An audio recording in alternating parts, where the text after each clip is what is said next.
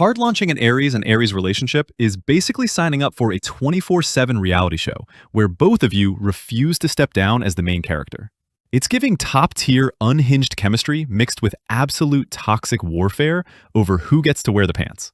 If you're an Aries dating an Aries, or you're just here for the tea, grab your iced coffee because today we're doing a deep dive into why these two stubborn-ass fire signs stay obsessed with each other instead of just blocking each other's numbers. Let's get into it.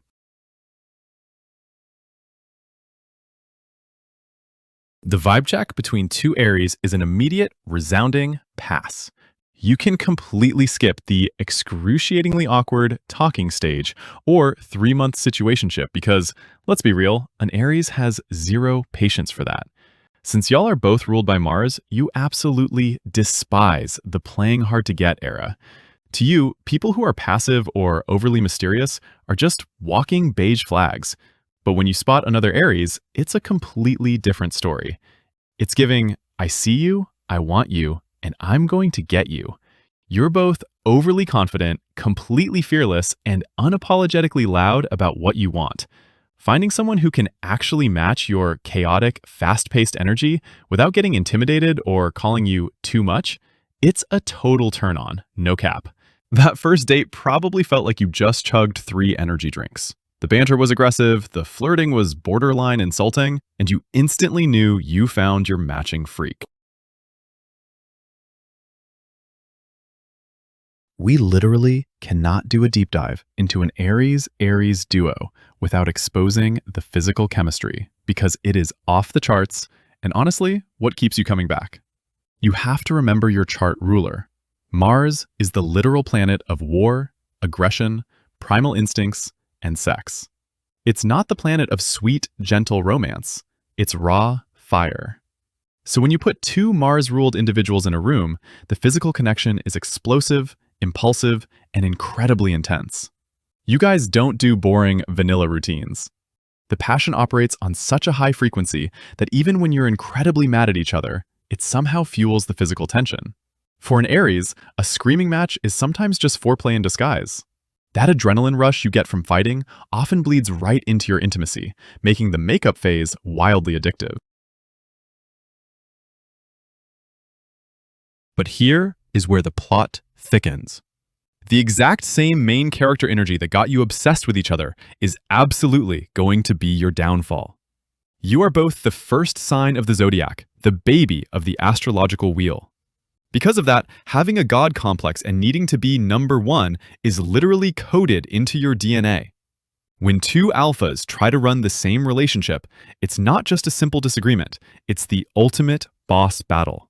Y'all will argue over the dumbest, most microscopic things, like who drove better, who has better music taste, or who remembered a story correctly, just to prove a point.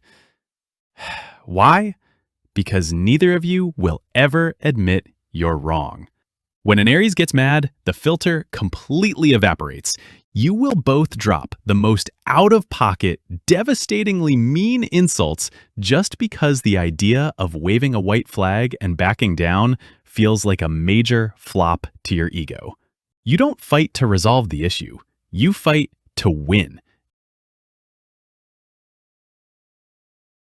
If we're being honest, the biggest red flags in this relationship aren't even major betrayals or cheating scandals. The real threat is the fact that neither of you possesses a single, solitary ounce of patience. You both operate on 2 times speed, and if the universe, or your partner, slows you down, it triggers a visceral rage. If they leave you undelivered for more than an hour, if they take too long to get out of the car, or if they walk too slow at the mall, immediate, day-ruining anger. Trying to pick a place to eat on DoorDash is a literal nightmare because you both have major control issues and refuse to compromise on your cravings. And we have to talk about the interrupting. Your brains move so fast that your mouths are constantly trying to catch up, meaning you're perpetually talking over each other mid-sentence. It's not meant to be shady or disrespectful, but eventually all those microaggressions pile up, and someone gets massively triggered because they feel drowned out and unheard. The math really ain't mathing with you two. You're the exact same sign, meaning you theoretically need the exact same things, but you still completely miss the plot on how to love each other properly. Both of you are desperate for words of affirmation. Deep down, an Aries just wants to be worshipped, hyped up, and told they are the absolute GOAT. But here's the glitch. Since you're both standing on the stage, waiting to receive your flowers and applause, nobody is actually in the audience giving them. You forget to hype your partner up because you're too focused on your own validation. Also, Aries are natural-born fixers. When your partner's having a mental breakdown, crying, or just wants to trauma dump about a terrible day at work, you immediately go into hyper-logical action mode trying to fix their life. It's giving unsolicited life coach when all they really wanted was a hug, validation, and a simple, "Wow, that sucks, babe." You think action equals love, but sometimes your partner just needs you to be soft. Okay, the astrology girlies know that you are not just your sun sign. If you're an Aries, dating an Aries, and wondering why your dynamic is extra toxic or surprisingly smooth, you desperately need to look at your full birth charts, specifically your moon and Venus placements. Your sun sign is your ego, but your moon is how you process emotions behind closed doors. If one of you has an Aries sun but a Scorpio moon, and the other has an Aquarius moon, the math is going to get insanely messy during a fight.